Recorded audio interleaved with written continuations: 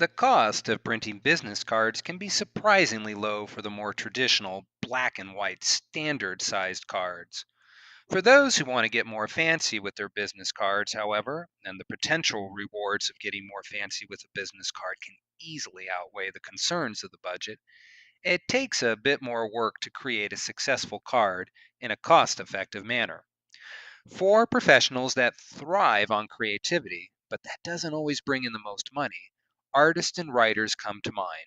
Designing for effect is almost necessary, but often out of financial reach.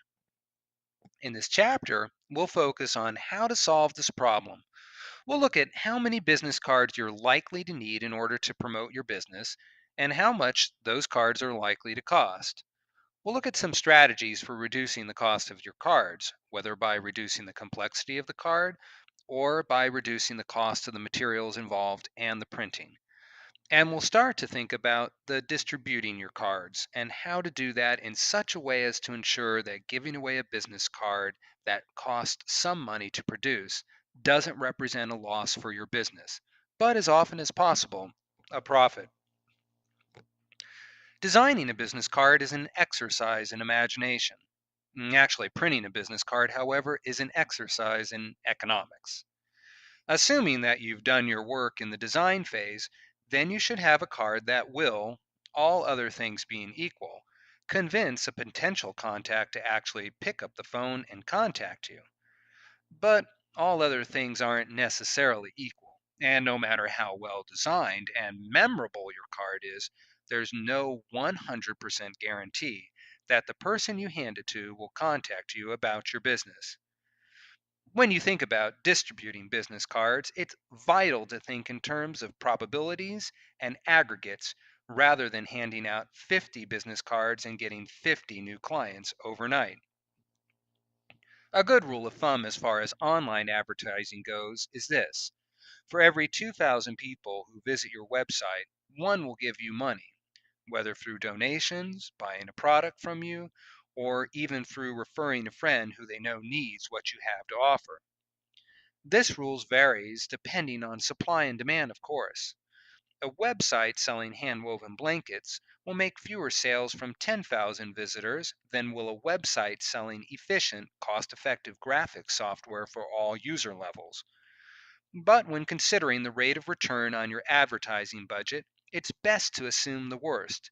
And 2,000 hits for every sale is not what anyone who starts a commercial website really wants to hear. Of course, business cards are not online advertising. As we talked about in the first two chapters, the fact that you can target business cards to the people who are most likely to have some positive impact on your business improves your rate of return significantly. And assuming that your cards are good and your distribution is appropriate, you can think in terms of 10 to 20 cards for a return, a great improvement on 2,000 for one. However good your distribution and your card, though, the number of cards you should print will depend on the nature of your business. In general, two rules of thumb are important to keep in mind. One, the more dependent your business is on clients and referrals, the more business cards you should print. Two, the more money you make per referral, the more business cards you should print. In order to understand the first rule, consider the different promotional challenges faced by different types of businesses. Take, for example, a web designer in a small pottery store. The web designer works primarily from home, communicating with clients through email and through occasional meetings with local clients. The pottery store does a small business through a website, but also receives some amount of foot traffic and walk ins on a daily basis. For the pottery store, business cards can help to bring in new customers, particularly for the website portion of the business. And keeping a stock of business cards with the website address at the counter of the store is by no means a bad idea. But the store isn't entirely dependent on referrals. The physical storefront brings in new customers just by virtue of existing. The web designer, by contrast, has no business outside of referrals. He has no physical location for potential customers to visit, and a website containing his portfolio and advertising his services is more dependent on online advertising than on advertising in the physical world. A large part of the designer's revenue is dependent on referrals, which means dependent on business cards. The pottery store can certainly use the business from referrals, but the store can conceivably function without it. So, the value to the business for each card printed is substantially higher for the designer than for the pottery store. To the store, a business card means some extra degree of profit. To the designer, a business card means the difference between profit and loss. To understand the second rule, consider the value of referral to each business. Assume that for every 20 business cards distributed, the Pottery Star gets one new customer who spends some $20 in the store. The value of each business card on average in this case is 10 cents. As we'll see below, a basic business card can cost about 2 cents to print, which means that each business card printed represents 8 cents of profit. For every new client, however, the web designer earns $200. That makes the value of each business card a dollar or 98 cents of profit. Even if we reality check this assumption by realizing that more people are likely to buy a $20 pot than a $200 website overhaul, that's still a massive difference in net profits to consider. And a good argument for the fact that the designer who earns more money per referral should be spending more on business cards. But exactly how much should he spend? And how much should he expect to spend? For extremely basic business cards, white paper, black text, it's unlikely that the cost of printing is going to exceed the revenue each card is expected to bring in.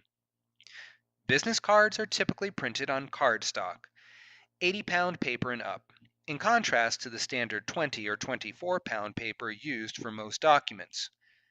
At standard card sizes, in America that's about 3.5 by 2, or one 8.5 by 11 sheet of cardstock will yield some 10 business cards. Taking into account ink and paper costs, this will set you back about 10 cents for every sheet of 10 cards you print at the local copy store, assuming that you do your own design and layout. To cut the cards, expect to pay more. About $1.50 for machine cutting is a standard rate at large copy stores, and a sheet of business cards will require about 5 cuts horizontally and 3 cuts vertically in order to separate and trim all of the cards. That's 8 cuts, or an extra $12, which seems high until you consider that multiple sheets can be cut at the same time and for the same price. So for one sheet of 10 cards, expect to pay about $1.30 per card, while for 100 sheets of 1,000 cards, expect to pay about $22 or 2 cents per card, a considerably lower figure. You can even improve on that figure in the long run if you're willing to invest a little bit of money at the start. A good laser printer can handle cardstock, and the Avery Corporation manufactures business card printing kits that include pre perforated card stock sheets and software plugins for standard word processing and desktop publishing software. This allows you to lay out and design your cards yourself, print it, and finish it without taking your business to the copy store and paying a markup. And if you're willing to spend the money on a good laser printer, layout software, and pre perforated paper for every 20 sheets of cards, your initial costs are certainly going to be much higher than 22 cents per card, but over time, what you'll save on machine cutting alone will be worth it. The problem, of course, relates to what we talked about in the last chapter, namely that a white business card with black text can get the job done, certainly, but it doesn't necessarily communicate a lot about your business, and it's very unlikely to be memorable. What that means is more advanced printing options, which in turn means higher costs. The least costly options, of course, will be the ones that most business cards tend to use. These include engraved type, embossing, and simple color in one or two design elements. The cost for these will be higher per card, depending on how complicated the printing process is and how much of a markup your copy store of choice puts on each process. Using a copy store is more than likely mandatory if you choose to do more complicated printing. Although basic laser printing is possible using home equipment, very few people can afford to buy an embossing machine or a color laser printer on whatever budget. Even more complicated options will naturally require more work on the part of the printer and thus more money from you. So, the problem to consider is this: how do you make your business card interesting while still keeping your costs down? The obvious method, of course, is to shop around. Chain copy stores, as convenient as they are, tend to use machines that are specialized for printing on lower weight paper and that are designed to print in lower print volumes. The toner cartridge for a laser copy will usually cost something like $90 in stores, lower at wholesale costs, and will print about 5,000 sheets. This means that the printing costs remain fairly consistent even over high print volumes, since the average cost per sheet of the toner needs to be factored into every sheet. And this means that any high volume printing you do, such as printing business cards, will cost you about as much as low volume printing, even without considering issues of quality. One good solution to this problem is offset printing. Offset printing works by first creating a plate of the page, which is fairly expensive at first, on the order of $5 per plate. Once the plate is made, however, the maintenance and ink cost of actually printing the page is extremely low, about 2 cents, as opposed to 10 for a laser copier. So the price per sheet drops sharply with high volume printing operations. At 10 sheets or 100 cards, offset printing will cost about $5.20, while a copy star will charge you about a dollar. Less machine cutting, of course. At 100 sheets or 1,000 cards, however, offset printing will cost about $7, while the copy store's rate goes up to 10. And to that fact that the offset plate only needs to be made once, which means that if you print 1,000 cards for $7 in June, you can get 1,000 more for $2 in September, a total cost of $9. The chain copy store will charge you 20. Again, less machine cutting. That leaves much more room in your budget for the more expensive finishing options that can make a card great. Of course, the simplest method of reducing cost is to reduce the number of features on your card. It's possible to do this without compromising your original intentions, especially if your design doesn't actually depend on advanced printing features in order to work. If you're using artwork, for example, you can try printing it in spot color rather than full color.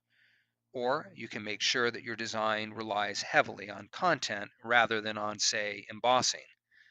It's a good idea to come up with your initial design. Get an itemized quote from a printer or copy store on how much it would cost to print the card, and then see if it's possible to eliminate the most expensive items from the printing costs without ruining the effect of the card. 9 times out of 10, you'll find that you can do so. And of course, it's always a good idea to do your own design work. Far cheaper than paying a designer if you know or can learn some basics of design. You now have a huge tool you can use in your business card. This one tool alone can bring you all the business you can handle. In the next chapter, we'll go over another method of advertising that has been around for a long